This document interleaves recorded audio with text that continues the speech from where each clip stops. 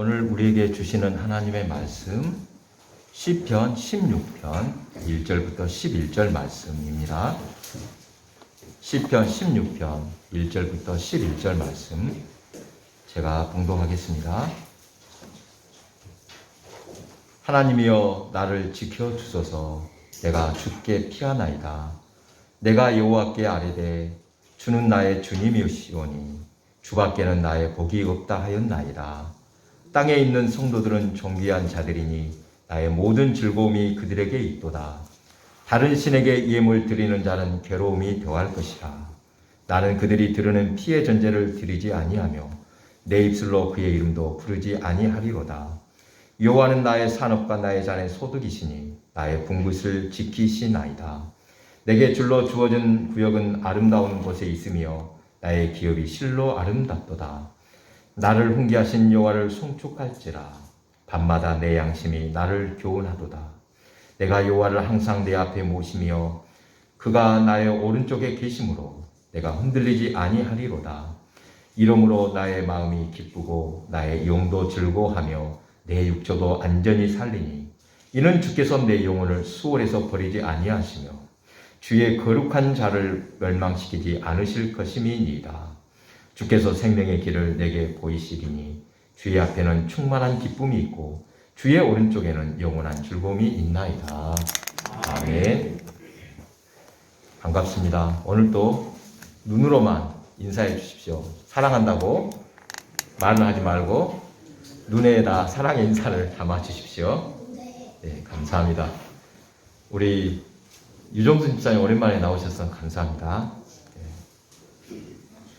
네, 주일에 성도가 한 자리에 모여 예배 드릴 수 있음이 얼마나 큰 기쁨이요 은혜인지 오늘도 감격하며 감사하게 됩니다. 문득 이런 생각이 듭니다. 언제 또 모임이 통제될지 모르니 기회가 있을 때 전심으로 예배 드려서 후회 없는 시간이 되도록 하자. 이 시간 예배 드릴 수 있음이 은혜라고 고백합니다. 사모하는 마음으로 예배 드리는 우리 모두에게 주님의 크신 은혜가 임하실 줄 믿습니다. 요즘 제가 희미하게나마 목회가 무엇인지 보이는 듯 합니다. 10년째가 되니 이제야 조금씩 깊이를 알 듯 합니다. 안 것이 아니라 알 듯 합니다. 부끄럽게도 목회를 자신의 목회인 줄 알았습니다. 여러분, 목사의 호칭에서 목자, 한문으로 무슨 뜻입니까? 그렇죠. 양이나 소를 친다는 뜻으로 목사를 양치는 목자라고 비유적으로 말합니다. 목사는 목자, 목동이라는 말에 공감하면서 분명히 알아야 할 것이 양을 치기는 치되 자기 양이 아닌 하나님의 양을 친다는 사실입니다. 자기 꿈을 위함이 아니라 하나님의 꿈을 이루기 위해서 해야 한다는 뜻입니다. 하나님이 기뻐하는 길을 가야 합니다. 이것을 생각하면서 요즘에 제가 한 가지 고백하는 것은 모르는 것이 너무도 많았다는 것입니다. 모르면 용감하다는 말도 있는데 조금 알 때는 어떻습니까? 많이 아는 것처럼 착각하기 쉽습니다. 그러다가 알면 알수록 자기 자신의 부족한 점과 모르는 게 많았다 이 사실을 깨닫게 되면 겸손해진다고 합니다. 그동안 자신의 부족했던 모습을 겸손히 돌아보게 되었습니다. 오늘 본문 시편 16편은 다윗의 시로서 여러분이 가지고 계신 성경에 아마 다윗의 믹담이라고 적혀 있을 것입니다. 그렇죠? 이 믹담이란 무슨 뜻이냐? 금언시 또 황금시라고 말하는데 이건 뭐냐? 이건 꼭 명심해야 할 시라는 뜻입니다. 다른 무엇보다도 신앙생활을 할 때 황금처럼 귀하게 여겨야 할 말씀이라고 설명하면 될 것 같습니다. 1절에서 다윗은 하나님께 이렇게 하나님을 향해서 부르짖습니다. 나를 지켜 주소서. 내가 죽게 피하나이다 라고 외칩니다. 우리가 하나님의 이름을 부를 때, 외칠 때는 대체로 위급해서 구원을 요청할 때입니다. 때로는 기뻐서 영광 누릴 때도 크게 외칠 때가 있습니다만, 급할 때, 안타까울 때 하나님을 향해 외치는 경우가 대부분입니다. 하나님이여 나를 지켜주소서. 내가 죽게 피하나이다. 이 구절을 읽을 때 제 가족을 구원하신 하나님의 놀라우신 은혜를 떠올리며 소리 없이 눈물이 흘렀습니다. 성경의 수많은 말씀 가운데 그 중에서도 은혜 받을 때는 자기 이야기로 여겨질 때 더 큰 은혜를 체험합니다. 남의 이야기라고 여겨지면 아무리 기적 같은 일이라도 감동이 적습니다. 하지만 내 이야기, 내 처지, 내게 하신 말씀이라고 여겨지면 크게 다가와서 마음에 감동을 주고 울림을 줄 것입니다.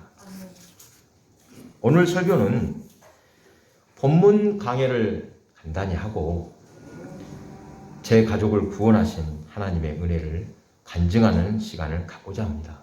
앞에서 믹담이란 금은, 즉 황금처럼 귀한 말씀이라고 했는데, 여러분, 우리가 하나님의 백성이 된 것 참으로 귀하고 참으로 놀라운 일인 것을 믿으시기 바랍니다. 우리가 하나님의 구원 안에 있다는 것, 무엇과도 바꿀 수 없는 크고 놀라운 축복임을 믿으시기 바랍니다. 어떤 것도 비교할 수 없는 복입니다. 듣자 하니 우리 교우 중에 어떤 분은 구원의 확신이 부족하다고 합니다만, 여러분 의심하지 마십시오. 우리 모두 하나님의 택하신 백성이 되었습니다. 예수를 믿음으로 이미 구원을 받았습니다. 누구도 결코 돌려놓을 수 없는 이 구원임을 믿으시기 바랍니다. 예수를 믿어도 구원의 확신이 없으면 갈팡질팡합니다. 같이 예수를 믿어도 어떤 사람은 열심히 믿는데 어떤 사람은 양다리를 걸치고 있습니다. 하나님을 전적으로 믿지 못하고 세상 것에 또 심지어 우상에도 관심을 보입니다. 여러분, 왜 그런 모습, 왜 우상을 바라봅니까? 인간이란 자체가 불안한 존재이기 때문일 것입니다. 또한 인간의 욕심이, 욕망이 우상을 만든다고 합니다. 당장 내일 일을 모르고 불안하니까 눈에 보이고 손에 잡히는 우상을 만들고, 어떻게든 많이 가지고 싶은 욕심이 우상을 만들어낸다고 합니다. 십계명에서도 맨 처음 명령하신 것이 다른 신을 두지 말고 어떤 형상도 만들지 말라고 명령하시는데, 이스라엘 백성은 하나님을 섬기면서도 자꾸만 우상의 유혹에 빠졌습니다. 하나님께서 자신의 형상을 절대 만들지 말라고 명령하신 이유가 있습니다. 어떻게 인간의 손에 의해 만들어진 것을 하나님이라고 할 수 있겠습니까? 그것은 신이라고 말할 수 없을 것입니다. 그렇게 명령하셔도 우상을 새기고 만든 이유는 눈에 보이고 또 만질 수 있을 때 인간은 안정을 찾기 때문입니다. 하나님은 볼 수 없는 분이지만 우상은 볼 수 있고 또 만질 수 있어서 그것들이 뭔가를 해줄 것 같으니 자꾸만 마음을 빼앗기게 되는 것입니다. 그런데 중요한 것은, 여러분, 우상이 우리 문제를 해결해 줄 수 있느냐는 것입니다. 우상이 문제 해결해 줍니까? 잠깐 위로를 받는 것 같지만 결코 욕망에 제가 백숙교회 와서 바로 오던 해였던 것 같습니다. 주일 찬양 예배 때 간증했던 기억이 납니다. 그리고 또 언제 한번 살짝 말한 것도 같습니다만, 또 오래되었고 그동안 새로 오신 분들이 많아서 다시 들려드리고자 합니다.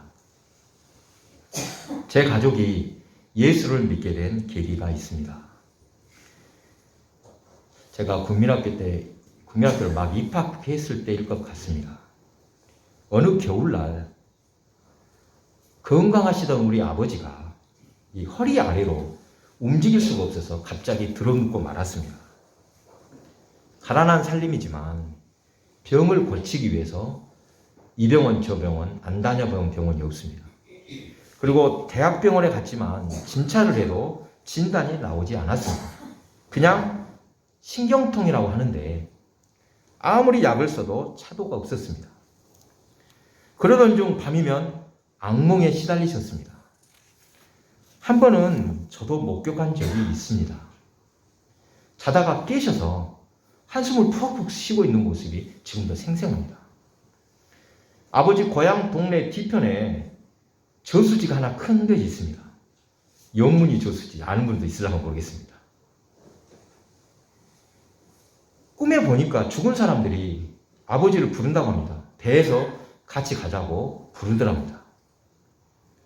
악몽에 시달릴 때는, 여러분 혹시 그런 말 들어보셨습니까? 도끼 같은 거, 식칼 같은 거 머리맡에 두면 좋다고 해서 매일 밤 방 안에 도끼를 가져다 놓고 주무시곤 했습니다. 저희 집안의 우환을 동네에서도 듣게 되어서 옆집에 사는 집사님이 교회에 나가자고 권면을 하셨는데 어머니는 예수 믿는 사람 자체가 싫다고 했습니다. 병원에 가도 낫지 않고 밤마다 악몽에 시달리니 방법이 없다 싶어서 어떻게 해야 됩니까? 무당을 찾아가게 되었습니다. 용하다고 소문난 무당이었다고 합니다.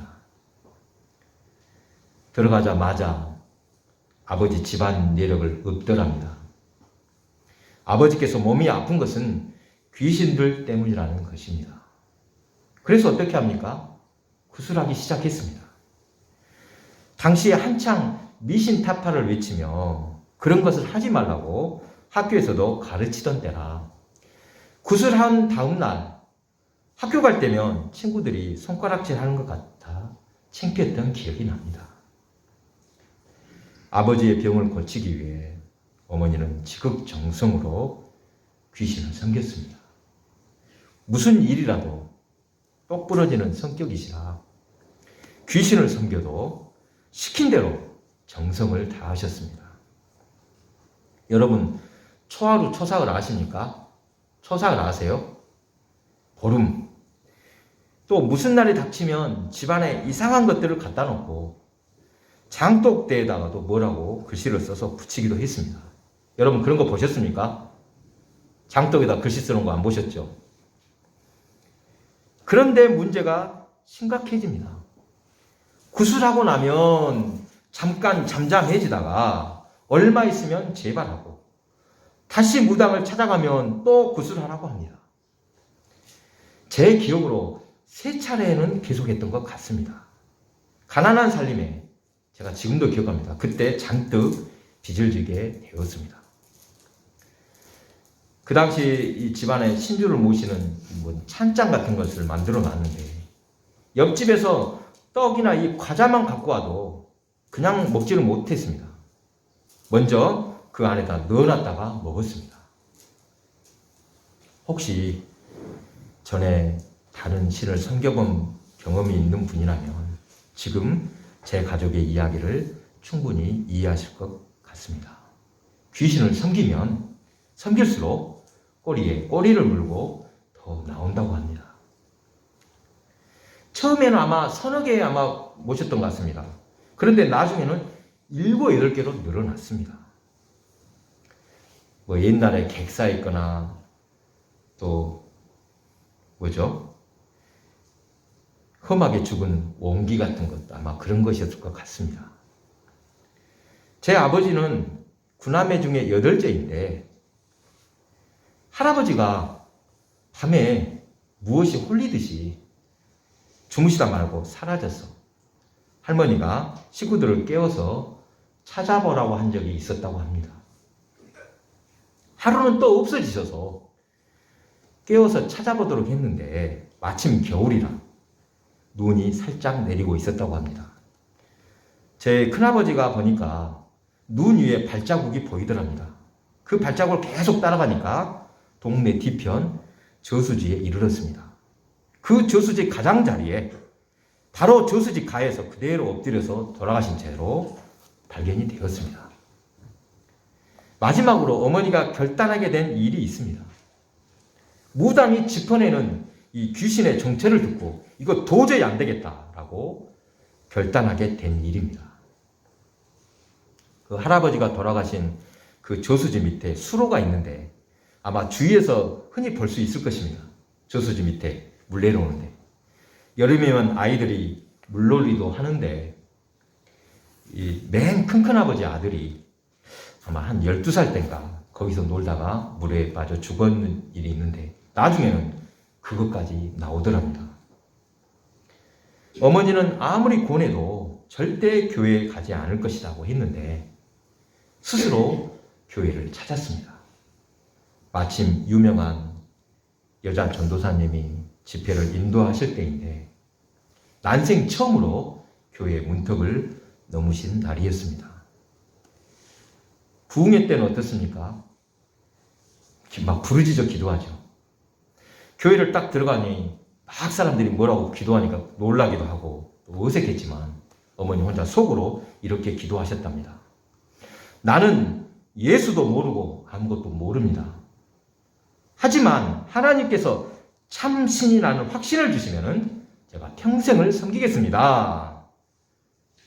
이렇게 서원했다고 합니다. 부흥의 마지막 날 어머니 마음이 평안히 찾아왔다고 합니다. 예수를 믿으면 살겠구나 확신이 들었다고 합니다. 그래서 당장 끝난 날 전도사님을 모시고 집으로 왔습니다. 집안에 모셔놨던 이 잡신들을 제가 그때 있었습니다. 부엌 아궁이 초가집에 살았는데 여러분 옛날에 아시죠? 그 부엌 아궁이에다가 다 쳐놓고 불을 질러버렸습니다. 그동안 정성껏 잡신을 섬겼던 사람이 한순간에 그런 결단을 한 것은 하나님의 놀라우신 은혜였음을 믿습니다. 어머님께서는 이 결단하고 교회에 나가시는 날부터 하루도 안 빠지고 새벽 기도를 다니셨습니다.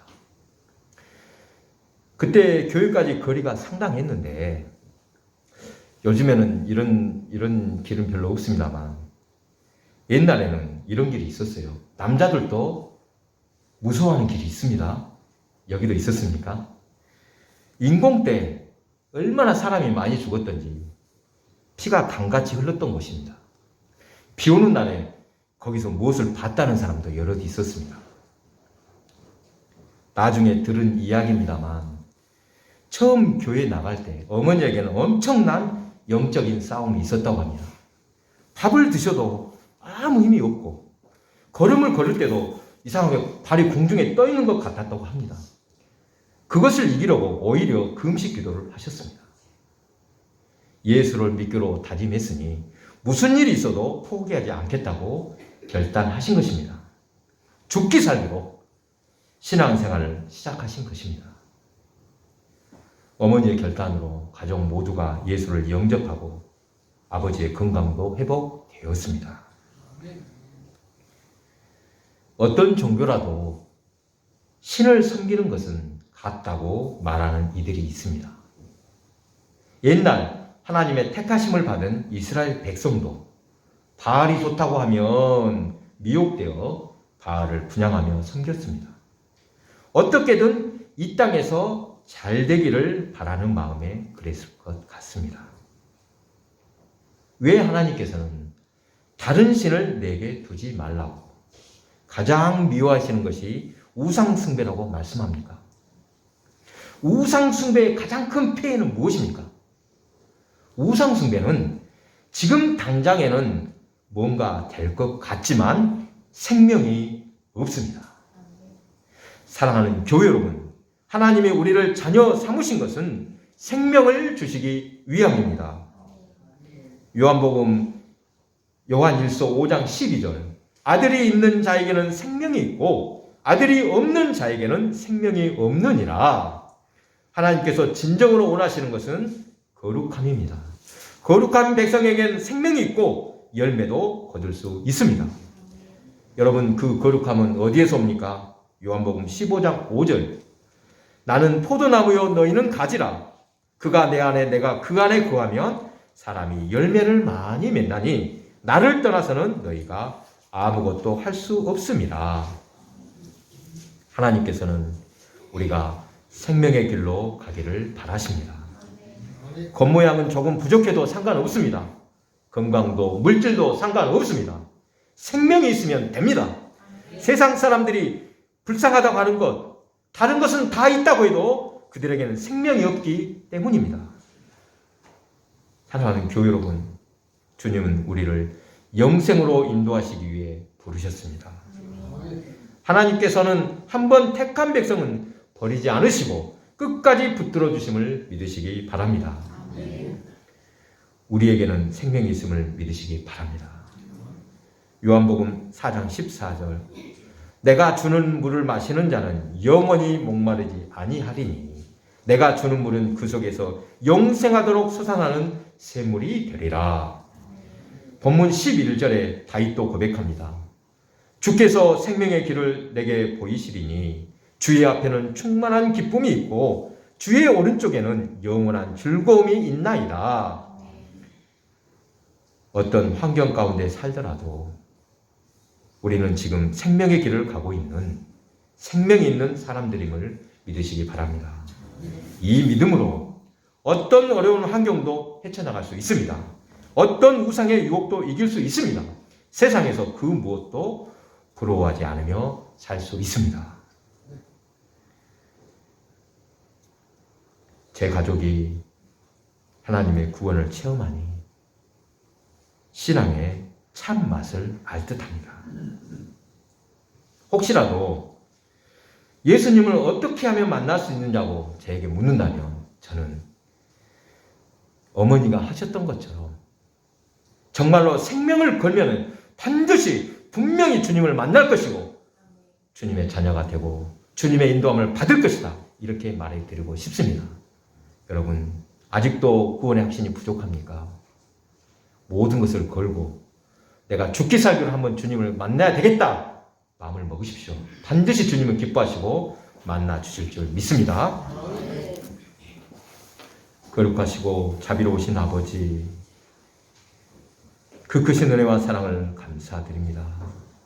구원의 기쁨이 얼마나 큰 기쁨이요, 무엇과도 바꿀 수 없는 감격인지 우리가 잊지 않게 하여 주옵시고 순간순간 그 은혜로 참으로 기뻐하며 감사하게 하여 주옵소서.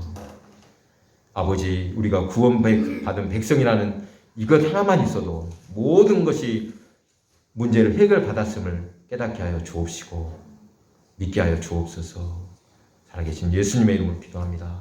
아멘.